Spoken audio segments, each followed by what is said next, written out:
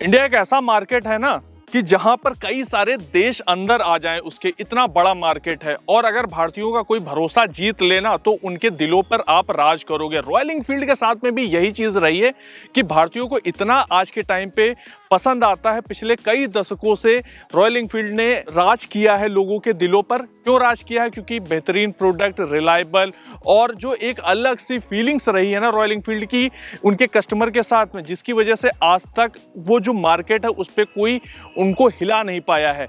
नमस्कार दोस्तों, मेरा नाम है शुभम और आज मैं एक नहीं बल्कि दो बाइक लेकर आया हूं। होंडा पिछले कई सालों से कुछ ना कुछ ऐसा लेकर आ रहा है जिस पर कि रॉयल एनफील्ड का जो कस्टमर है वो थोड़ा सा शिफ्ट हो होंडा के साथ में। होंडा भी क्या है 100 सीसी 125 सीसी स्कूटर्स में बहुत अच्छा कर रहा है इंडिया में, नो डाउट। लेकिन एक जो सेगमेंट है ना बड़े सीसी वाला, यानी 200, 250, 300, 400 सीसी वाला, उस पर होंडा की नजर है इंडियन मार्केट पे।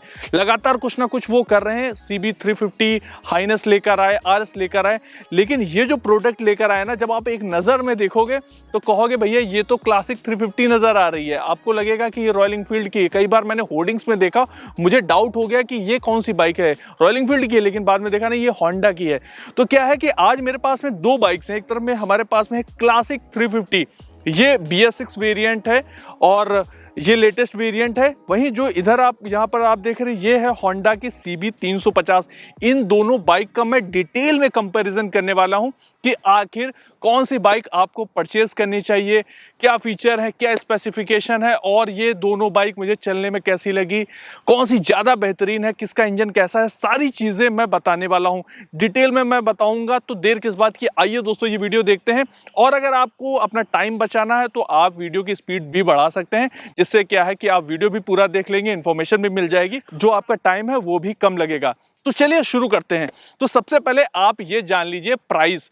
तो देखिए है क्या कि जो ये होंडा का CB 350 है, इसमें दो वेरिएंट आते हैं सिर्फ, और इसमें क्या है ABS स्टैंडर्ड रखा गया है। वहीं अगर मैं बात करूं रॉयल एनफील्ड की क्लासिक 350, इसमें क्या है सिंगल चैनल ABS के साथ में, डुअल चैनल ABS के साथ में कई सारे अलग अलग वेरिएंट्स आ जाते हैं और लगभग में 10 से 12 कलर देखने को मिल जाते हैं। वहीं अगर मैं बात करूं होंडा के CB 350 की, तो यहाँ लगभग 5 से 6 कलर का ऑप्शन यहाँ पर मिल जाता है। अब मैं बात करता हूँ देखिए प्राइस की। प्राइस काफ़ी इंपॉर्टेंट फैक्टर रहता है, लेकिन यहाँ पर होंडा ने कोशिश ये की है कि हम ना बहुत सस्ते रहें ना ही हम बहुत ज़्यादा महंगे रहें। तो इसका प्राइस चेन्नई में रखा गया है 2,15,000 रुपये एक शोरूम प्राइस हो जाता है इसका बेस वेरिएंट का।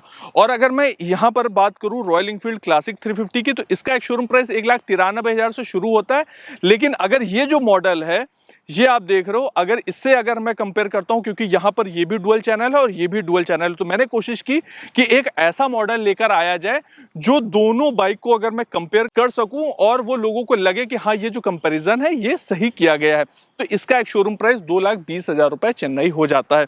तो यहां अगर मैं दोनों की कंपैरिजन करूं तो लगभग में 3 से 4,000 5,000 रुपए का डिफरेंस आ जाता है। अब इन 3-4-5,000 रुपए का जो डिफरेंस है, किसमें वैल्यू ज्यादा मिलती है, उन सारी चीजों के बारे में हम यहाँ वीडियो में बात करेंगे। डिजाइन वाइज आप देखोगे तो यहाँ पर क्या है, दोनों ही बाइक काफी प्रीमियम नजर आती हैं। दोनों के डिजाइन में खास फर्क नहीं है, थोड़ी थोड़ी चीजें जो एलिमेंट्स है वो थोड़े से डिफरेंट है, वो आपको आगे वीडियो में देखने को मिलेंगे। तो डिजाइन वाइज दोनों ही बाइक काफी खूबसूरत है। यहाँ पर क्या है, ये पूरा मैट फिनिश में देखने को मिल जाता है क्लासिक 350 में। यहाँ पर क्या है, क्रोम का भरपूर यूज किया गया है। तो यहाँ पर क्या है, क्रोम मॉडल क्लासिक 350 में भी देखने को मिल जाता है। तो ओवरऑल देखें फिट एंड फिनिश, तो यहाँ पर क्या है कि दोनों ही बाइकें काफी अच्छे हैं। मैं ये नहीं कहूंगा कि किसी का ज्यादा बेहतर है या किसी का खराब है। दोनों की fit and finish, finishing, colour, paint quality सब दोनों की एक ही जैसी मुझे यहाँ पर फील करा रही हैं। और बाकी चीज़ों के बारे में बात करता हूं मैं। यहाँ पर हेडलाइट है या इंडिकेटर्स हैं, वो सारे यहाँ पर हेलोजन बल्ब के साथ में आ जाते हैं। वहीं यहाँ पर क्या है, होंडा की CB 350 में फुल LED लाइट का सेटअप यहाँ पर देखने को मिल जाता है। हेडलैम्प थोड़ा सा ऐसा फील कराता है, बड़ा है और एलईडी डीआरएल वगैरह भी देखने को मिल जाते हैं। तो रियर का टेल लैंप आप यहाँ पर देखेंगे कुछ ऐसा डिजाइन किया गया है, काफी खूबसूरत बैक से नजर आता है। वहीं अगर आप यहाँ पर आ जाते हो क्लासिक 350 पे, तो क्लासिक 350 पे आप देखेंगे यहाँ छोटा सा यहाँ पर टेल लैंप देखने को मिल जाता है। तो रियर पर भी आप यहाँ पर इसके फेंडर पे नजर डालें या वहां पर फुल मेटल देखने को मिल जाता है, और यहाँ पर क्या है दोनों की डिजाइन लगभग बराबर ही देखने को मिलती है। रात के समय जब मैं चला रहा था CB 350 को, तो मुझे उतनी अच्छी इसकी लाइट नहीं लगी, उतना अच्छा थ्रो नहीं लगा। टेलीस्कोपिक सस्पेंशन आ जाते हैं, तो यहाँ पर क्या है कि डुअल चैनल और सिंगल चैनल दोनों का ऑप्शन मिल जाता है क्लासिक 350 में, और होंडा की CB 350 में आपको सिर्फ डुअल चैनल ही मिलता है, यानी स्टैंडर्ड है, जो कि काफी अच्छी चीज हो जाती है। अब मैं ब्रेक की बात करता हूं, तो यहाँ पर क्या है 310 mm की डिस्क ब्रेक मिल जाती है। फ्रंट का जो ये डिस्क प्लेट है वो 310 mm की मिलती है, और यहाँ पर क्या है क्लासिक 350 में 300 mm की मिलती है, यानी 10 mm का यहाँ पर डिफरेंस आ जाता है। यहाँ पर क्या है होंडा ने कोशिश की है कि हम कैसे क्लासिक 350 से छोटी छोटी चीजों में या थोड़ा ना थोड़ा हम यहाँ बेहतर कर सके, तो ये चीजें यहाँ पर करने की कोशिश की गई है। अलॉय व्हील दोनों के यहाँ पर आप देखेंगे दोनों अलॉय व्हील के साथ में आ जाते हैं। इवन क्लासिक में क्या है कि आपको स्पोक व्हील का भी ऑप्शन मिल जाता है अगर आपको स्पोक व्हील चाहिए। और इसके अलावा अगर मैं टायर साइज की बात करूं तो 100/90 सेक्शन का मिल जाता है, 19 इंचेस के व्हील आ जाते हैं। MRF के टायर यहाँ होंडा में दिए गए हैं, और यहाँ पर रॉयल एनफील्ड की क्लासिक 350 में भी यहाँ पर 100/90 सेक्शन का दिया गया है, और 19 इंचेस के व्हील आ जाते हैं। MRF के टायर यहाँ पर भी दिए गए हैं। पूरा यहाँ फुल मेटल आपको दिया गया है। अगर मैं ऊपर बैजिंग वगैरह छुपा दूं तो आपको यही लगेगा कि ये क्लासिक 350 ही है। तो फ्रंट की ये चीजें हो गई। फ्रंट से आप देखेंगे कुछ ऐसा प्रोफाइल देखने को मिल जाता है। अब थोड़ा साइड में आते हैं और चीजों के बारे में भी हम यहाँ पर बात करते हैं। फ्यूल टैंक यहाँ पर बड़ा दिया गया है। अगर आप इस बाइक पे बैठते भी हो तो आप काफी बड़ा फील करोगे। यहाँ पर काफी बड़ी ये बाइक फील कराती है। 15.2 लीटर्स का यहाँ पर फ्यूल टैंक आ जाता है। इधर यहाँ पर पैड दिए गए हैं, और ये होंडा की यहाँ पर बैजिंग आ जाती है। आते हैं क्लासिक 350 पर। क्लासिक 350 के साथ में क्या है कि यहाँ पर भी रॉयल एनफील्ड की बैजिंग देखने को मिल जाती है। पेट्रोल टैंक यहाँ पर 13 लीटर का दिया गया है। तो यहाँ पर क्या है फ्यूल टैंक कैपेसिटी थोड़ी सी कम मिलती है, यानी अगर आप लॉन्ग राइड कर रहे हो और लगभग 70 किलोमीटर के आसपास रेंज यहाँ पर कम हो जाती है। यहाँ पर भी पैड मिल जाता है। फ्यूल टैंक अगेन पूरा मेटल का रखा गया है। ये कि यहाँ पर स्ट्रिप आ जाती है, और ये यहाँ पर फ्यूल लिड कुछ ऐसी यहाँ पर देखने को मिल जाती है। E20, क्योंकि E20 ये वेरिएंट आ जाता है, तो चीज़ देखने को मिल जाती है। और यहाँ पर भी आप देखेंगे तो फ्यूल लिड कुछ ऐसी यहाँ पर देखने को मिल जाती है, और यहाँ पर भी E20 लिखा हुआ है।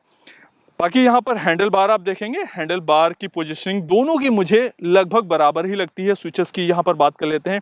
इधर यहाँ पर स्विचेस की क्वालिटी काफ़ी अच्छी रखी गई है। यहाँ पर ये नीचे हजार्ड का है, ये सेल्फ स्टार्ट का है, इंजन किल स्विच का है, ये यहाँ पर हॉर्न का दिया गया है, काफ़ी अलग सा यहाँ देखने को मिल जाता है। ये यहाँ पर नीचे इंडिकेटर का दिया गया है।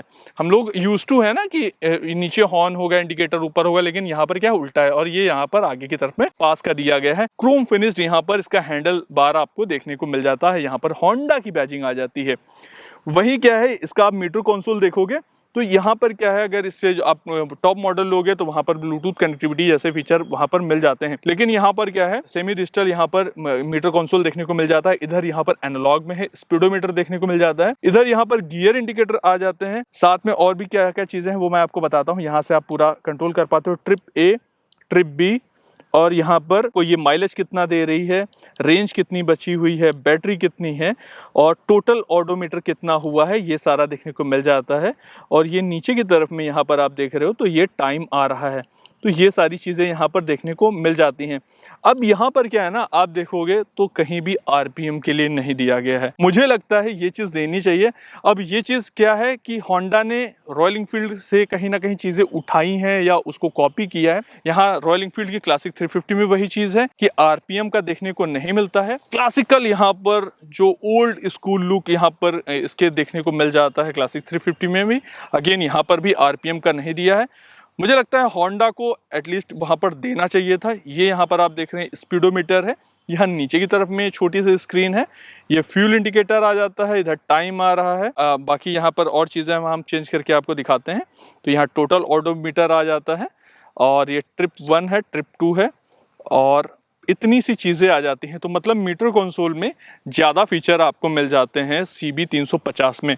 बाकी अगर मैं हैंडल की बात करूं, कुछ हैंडल वाइड मिल जाता है और जैसा जिस तरह से पोजीशनिंग उसकी रखी गई है CB 350 की, वैसी ही यहाँ पर रखी गई है। ये ब्लैक फिनिश्ड है। दूसरा मॉडल आप परचेज करोगे तो वहाँ पर क्रोम फिनिश्ड भी देखने को मिल जाता है और यहाँ पर स्विचेस कुछ आपको कुछ अलग यहाँ पर देखने को मिल जाते हैं। यहाँ भी हजार्ड का आ जाता है और इधर यहाँ पर आप देख रहे हैं कुछ अलग टाइप के आपको हाई बीम लो बीम का मिल जाता है।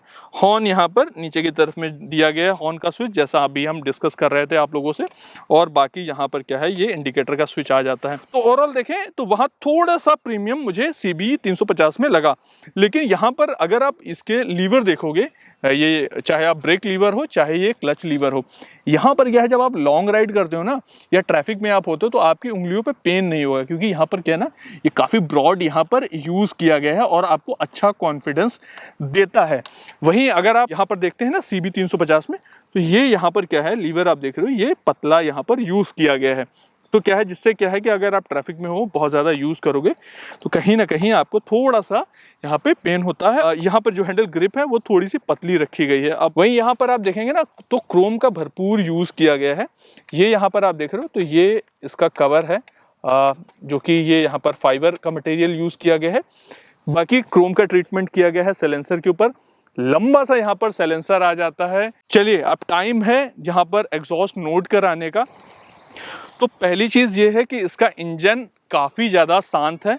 मैं आपको नोट कराता हूँ।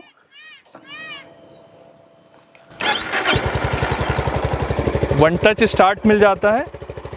अभी आप यहाँ पर फील करेंगे कैसा इसका साउंड आ रहा है। अभी ये तो आइडल है, थोड़ा सा हम इसको और यहाँ खींचते हैं।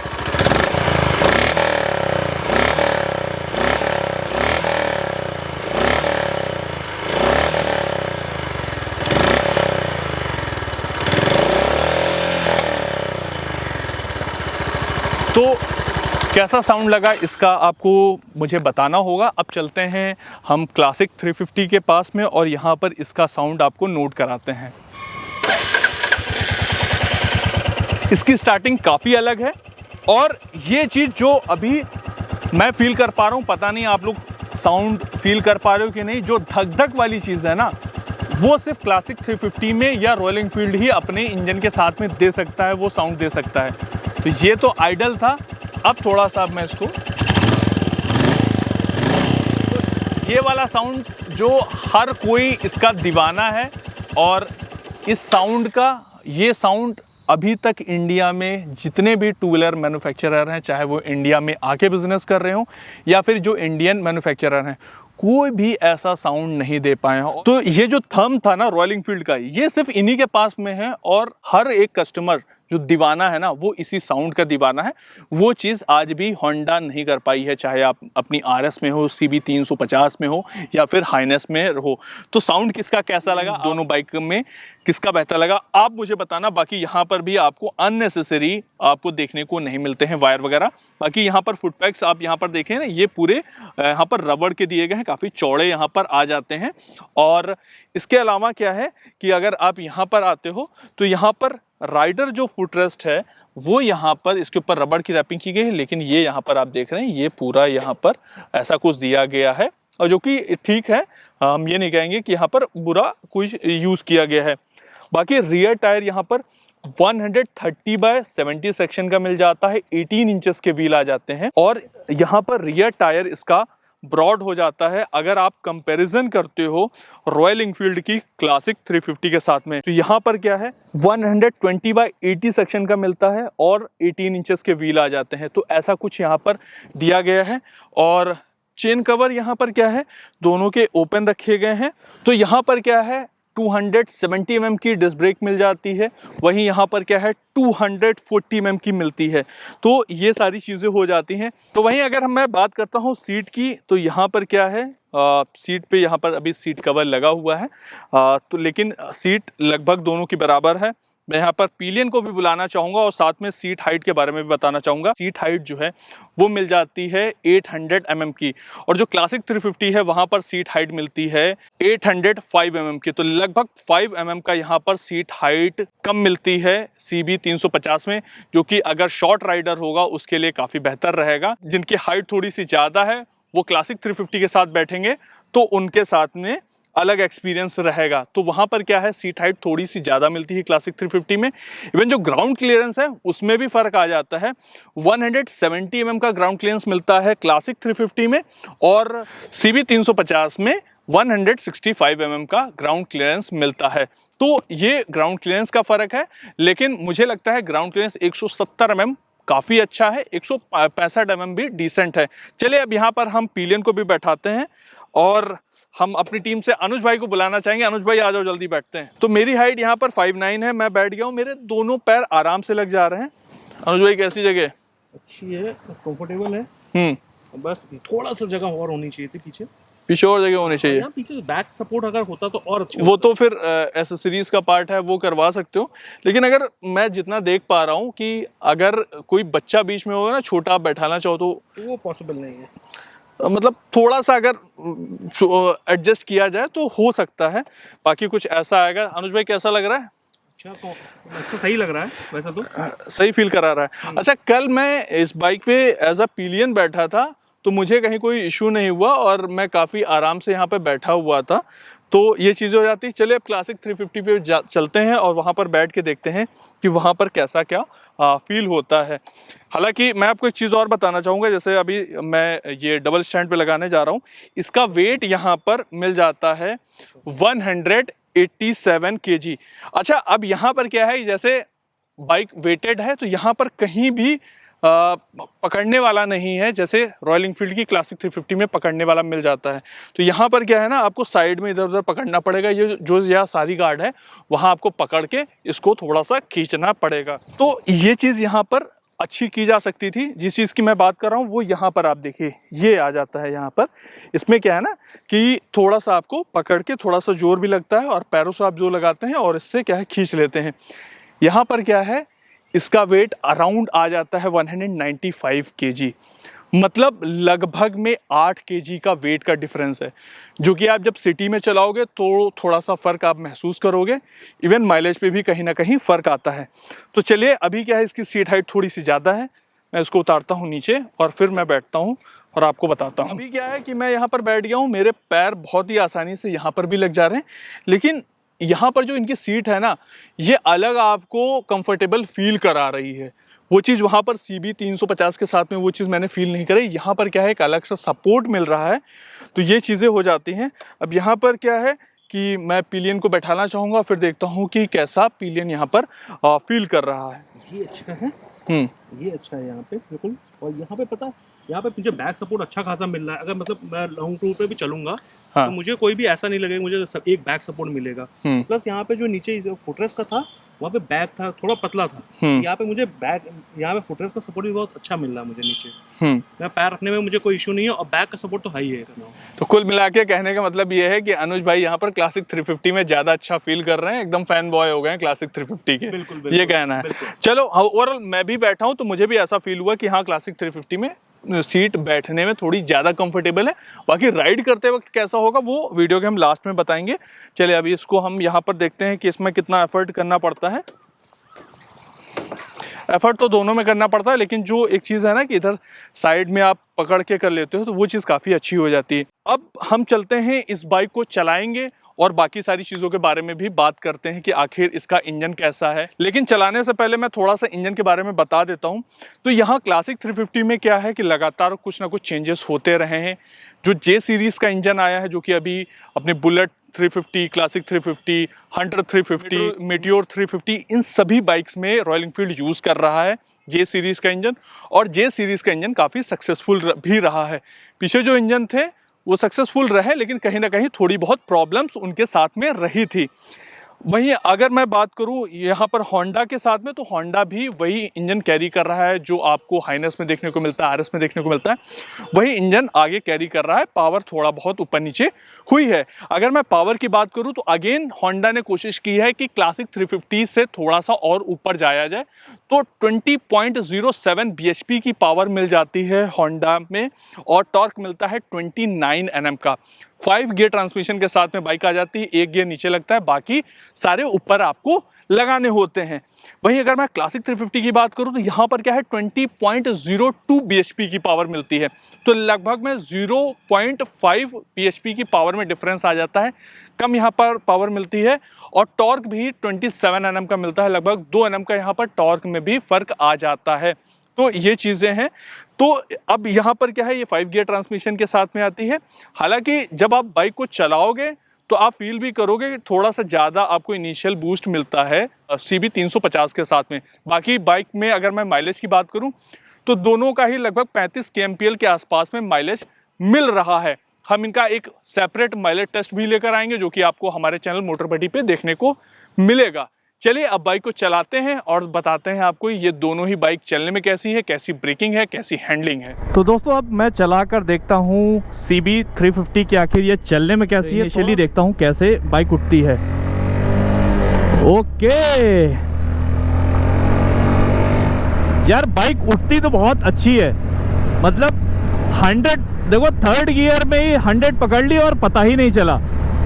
तो अगर आप कंपेयर करते हो ना क्लासिक 350 से, तो उसके कंपैरिजन में बाइक में क्विक रिस्पांस मिलता है और आराम से बाइक उड़ जाती है। और अच्छी चीज़ ये है कि वाइब्रेशन वगैरह भी आपको बहुत ज़्यादा फील नहीं होते हैं। स्टोरीज मैं शेयर करता हूँ होंडा बिग विंग के बारे में। देखो होंडा का नेटवर्क तो इंडिया में काफ़ी फैला हुआ है, जो होंडा जहाँ पे एक्टिवा, शाइन ये सारी बिकती हैं, लेकिन इन्होंने क्या है, जो इनकी हायर सीसी वाली बाइक हैं तो उनको क्या किया है इन्होंने, उसको बिग विंग शोरूम के अंडर ये सेल करते हैं। वो शोरूम का ये हाल है कि अभी फर्स्ट ईयर सिटीज़ में जैसे दिल्ली, मुंबई, कोलकाता, बेंगलुरु, इन जगह तो है, लेकिन जो सेकंड टीयर सिटीज़ हैं जैसे अमृतसर हो गया या पटना हो गया या लखनऊ हो गया, ऐसे सिटीज़ पे जयपुर है, भोपाल है, ऐसे सिटीज़ पे नेटवर्क इनके पास में है, लेकिन क्या है कई जगह पे नहीं भी हैं। तो एक ये बड़ा ड्रॉबैक है। मुझे लगता है कि इनको अपना नेटवर्क सही करना चाहिए। तो सर्विस का बड़ा इशू आएगा कि अगर डीलर अच्छी सर्विस नहीं दे पाता है ना, तो इनके पास मतलब जो ओनर है उनके पास ऑप्शन नहीं होगा दूसरी जगह जाने का। कई बार जब ज़्यादा नेटवर्क होते हैं, मतलब ज़्यादा डीलरशिप या वर्कशॉप होते हैं, तो वहाँ पर क्या आपके पास ऑप्शन रहता है कि एक अच्छा नहीं करा तो आप दूसरे के पास जा सकते हो। पार्ट्स अवेलेबिलिटी भी रहती है।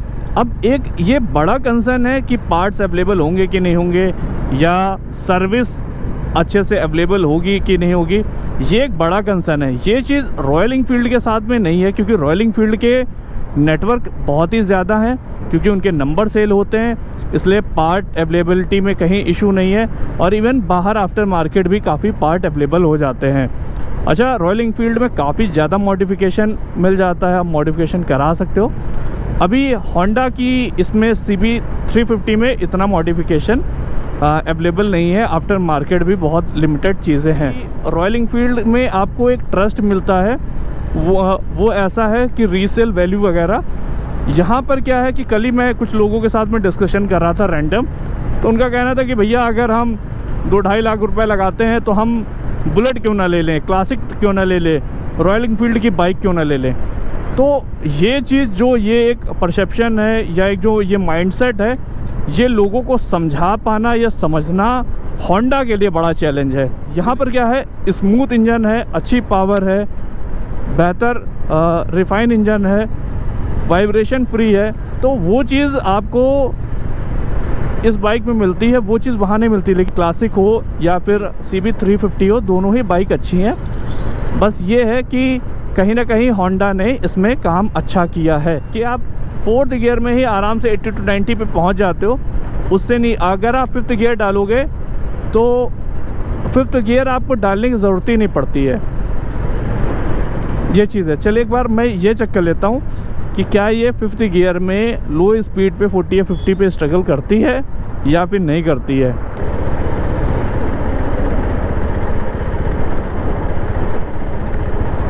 अभी अराउंड 50 kmph की स्पीड पे हूँ मैं, और ऐसा लग रहा है कि बाइक देखो, बाइक झटका दे रही है और ऐसा लग रहा है कि हाँ अब ये बंद हो सकती है। कल से मैं इस बाइक को चला रहा हूँ और अभी लगभग टेम्परेचर 35 टू 36 डिग्री के आसपास में होगा। हीटिंग का कहीं इशू मुझे महसूस नहीं हुआ। अगर आपके पास 2 या 3 बाइक हैं, आप पुरानी बाइक चला के हैबिचुअल हो चुके हो, तो पुरानी बाइक्स में क्या है, यहाँ पर हॉर्न होता है, लेकिन इन्होंने क्या है यहाँ प्लेस किया बीच में, जो कि जब मैं बाइक को चला रहा था ना तो मैं खुद ढूंढ रहा था कि भैया हॉर्न कहाँ है। काफ़ी सारे लोग सोचेंगे कि ये कौन सी बात हुई, लेकिन जब आप बाइक चला रहे होते हो आपका दिमाग कहीं और होता है, फिर आप यहाँ पे ढूंढते हो कि भैया हॉर्न कहाँ है। तो इसका गियर का पोजीशनिंग मुझे बहुत अजीब लगी। गियर इतना लंबा है, मेरे पैर पे जूते आ जाते हैं, 9 नंबर आ जाता है। अब यहाँ पर क्या है, इतना लंबा है ना कि आपको या तो आगे अगर डाउनशिफ्ट करना है तो आपको पैर आगे ले जाना पड़ता है, अगर आपको गियर लगाना है तो उसके लिए आपको पैर पीछे लेके आने पड़ते हैं। तो यहाँ पर ये चीज़ें हो जाती हैं। सो गाइस, है क्या कि रॉयल एनफील्ड की क्लासिक 350 जब आप उठाते हो तो इन कंपैरिजन टू CB 350 थोड़ा सा टाइम लेती है। और यहाँ पर वाइब्रेशन की बात की जाए तो जब आप बाइक खींच रहे होते हो सेकंड गियर से थर्ड गियर या फोर्थ गियर पे, तो वहाँ पर क्या है कि आपको ये फील कराएगी, मतलब इसमें वाइब्रेशन फील होंगे आपको इसके फुट पैक्स पे और इसके फुट पैक्स पे, और इसके अलावा फ्यूल टैंक पे आपको वाइब्रेशन फील होंगे। हैंडल बार पे हल्के से वाइब्रेशन फील होते हैं। ये चीज़ें हैं। इसके साथ में थोड़ा सा ड्रॉबैक, बहुत ज़्यादा अब पहले जैसी चीज़ें नहीं रही हैं। टॉप गियर पे चले जाते हो, 5th गियर पे चले जाते हो तो बाइक बहुत रिलैक्स हो जाती है। आप आराम से बैठ जाओ और एक तरीके से क्रूज़ करते हुए आराम से बाइक को चलाते जाओ। सीट कंफर्ट है वो काफ़ी सही है।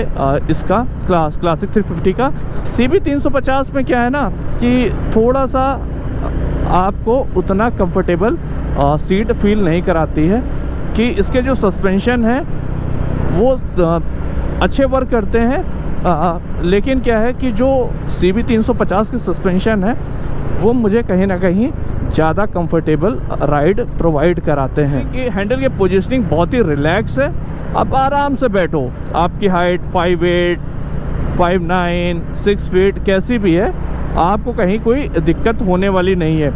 गियर शिफ्टिंग काफ़ी स्मूथ मुझे लगी। ये बाइक भी लगभग 4500 के आसपास में चली हुई है। और जब आप बाइक को खींच रहे होते हो ना, जो साउंड आता है वो कहीं ना कहीं कस्टमर को अटैच करता है इमोशनली रॉयल एनफील्ड के साथ में। और लोग ये समझते हैं ना, जब रॉयल एनफील्ड की क्लासिक 350 को चलाते हैं तो लोगों को लगता है कि हाँ भाई रौला है, रौला जमाने के लिए बाइक को चलाते हैं। तो ये चीज़ें रहती हैं। बाकी यहाँ पर क्या है ना, देखो एक तो गियर इंडिकेटर मिसिंग है, मतलब रॉयल एनफील्ड थोड़ा थोड़ा अपने आप को बदल रहा है। अभी जो बाइक्स आई हैं उनमें तो आ गया है, लेकिन क्लासिक 350 में क्या है कि अभी भी यहाँ पर गियर इंडिकेटर नहीं आता, जो कि मुझे लगता है मिसिंग है। वो चीज़ होनी चाहिए। साथ में क्या है कि यहाँ पे कहीं भी RPM के लिए नहीं दिया गया है, वो देना चाहिए। फ्यूल मीटर दिया गया है, well and good. Higher speed में भी काफ़ी बैलेंस्ड रहती है, लेकिन क्या है ना कि जो वेट का डिफरेंस है दोनों ही बाइक्स में, लगभग 5 से 8 kg का जो डिफरेंस आ जाता है, वो आप बहुत ज़्यादा फील नहीं करते हो राइडिंग के वक्त। मुझे लगता था कि नहीं आप फील करोगे, लेकिन आप ऐसा नहीं है, आप राइडिंग के वक्त फील नहीं करोगे। हाँ, वो अलग बात है कि माइलेज पे कहीं ना कहीं थोड़ा बहुत फ़र्क डालेगी। मुझे लगता है सस्पेंशन थोड़े से और बेहतर किए जा सकते हैं यहाँ पर क्लासिक 350 में। अभी जैसे मैं 4th गियर में हूँ तो बाइक ठीक ठाक रिस्पॉन्ड कर रही है। अराउंड मैं 38 kmph की स्पीड पे हूँ, तो बाइक बंद नहीं हो रही है। तो मतलब ये है कि अगर आप सिटी में राइड कर रहे हो तो बार बार आपको गियर भी शिफ्ट करने की ज़रूरत नहीं पड़ेगी।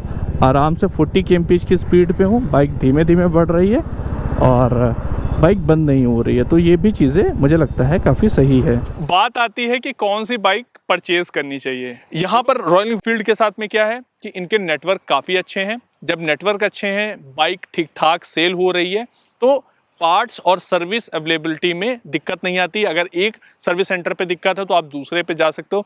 एक सिटी में ही मल्टीपल आपको शोरूम और वर्कशॉप मिल जाते हैं। तो एक तो ये सर्विस की चीज़ें हो गई। इसके बाद में ओवरऑल बाइक चलने में कैसी क्या लगी वो भी मैं आपको बताता हूँ। देखिए, डिज़ाइन वाइज दोनों बाइक नो डाउट बहुत अच्छी हैं। फिट एंड फिनिश बहुत अच्छा है दोनों ही बाइक का। लेकिन जो असली रेट्रो और क्लासिकल वाला फील है ना, वो आप यहाँ पर क्लासिक 350 के साथ में फील करोगे। ये मेरा भी सोचना है और मेरे पीछे दो लोग जो कैमरा कर रहे हैं या हमारी टीम से अनुज भाई, उन सभी का ये कहना है कि नहीं, जो चीज़ क्लासिक 350 में है वो इसमें CB 350 में नहीं है। लेकिन मैंने क्या फील किया वो मैं आपको बताता हूँ। इसका इंजन बहुत ही स्मूथ है, साइलेंट इंजन है, आप आराम से बाइक चलाते हो 60-70 बिल्कुल मक्खन की तरह चलती है। क्लासिक 350 में एक थम आता है, एक वाइब्रेशन फील होता है, पहले जैसा नहीं लेकिन थोड़ा बहुत तो फील होता ही है। इवन जब पिलियन भी बैठता है उसको भी हल्का सा फील होता है। लेकिन CB 350 में साथ में क्या है कि अगर आपको क्लासिकल रेट्रो वाला फील लेना है ना और एक अच्छा स्मूथ इंजन चाहिए तो आप इसके साथ में जा सकते हो। लेकिन जो बाइक इंथुसियास्ट हैं, जिनको एक थम चाहिए और एक अलग फीलिंग चाहिए, एक अच्छी साउंड चाहिए, वो यहाँ पर जा सकते हैं रॉयल एनफील्ड की क्लासिक 350 के साथ में। तो जो लेगेसी है वो तोड़ने की कोशिश होंडा ज़रूर कर रहा है, लेकिन जिस दिन वो जो इमोशनली अटैचमेंट है रॉयल एनफील्ड के साथ में कस्टमर का, और कस्टमर का कंपनी के प्रति और कंपनी का कस्टमर के प्रति, वो अगर दूर कर लेके जाएगी कंपनी, तो कहीं ना कहीं फिर दूसरी कंपनियां भी सक्सेस हो जाएंगी। तो यहाँ पर दोनों ही बाइक काफ़ी बैलेंस्ड हैं, लेकिन कहीं ना कहीं इमोशनली रॉयल एनफील्ड की क्लासिक 350 जुड़ी हुई है और एक यहाँ पर फीलिंग आती है जब आप बाइक को चलाते हो। कैसा लगा आपको ये वीडियो, आप मुझे कमेंट बॉक्स में जाके बताइए। और अगर अभी तक आपने हमें सब्सक्राइब नहीं किया है तो आप हमें सब्सक्राइब भी कर सकते हैं। शॉर्ट कंटेंट के लिए आप हमें इंस्टाग्राम पे फॉलो कर सकते हैं, मोटर बडी हमारा इंस्टाग्राम हैंडल है। वीडियो देखने के लिए आप सभी लोगों का बहुत बहुत धन्यवाद।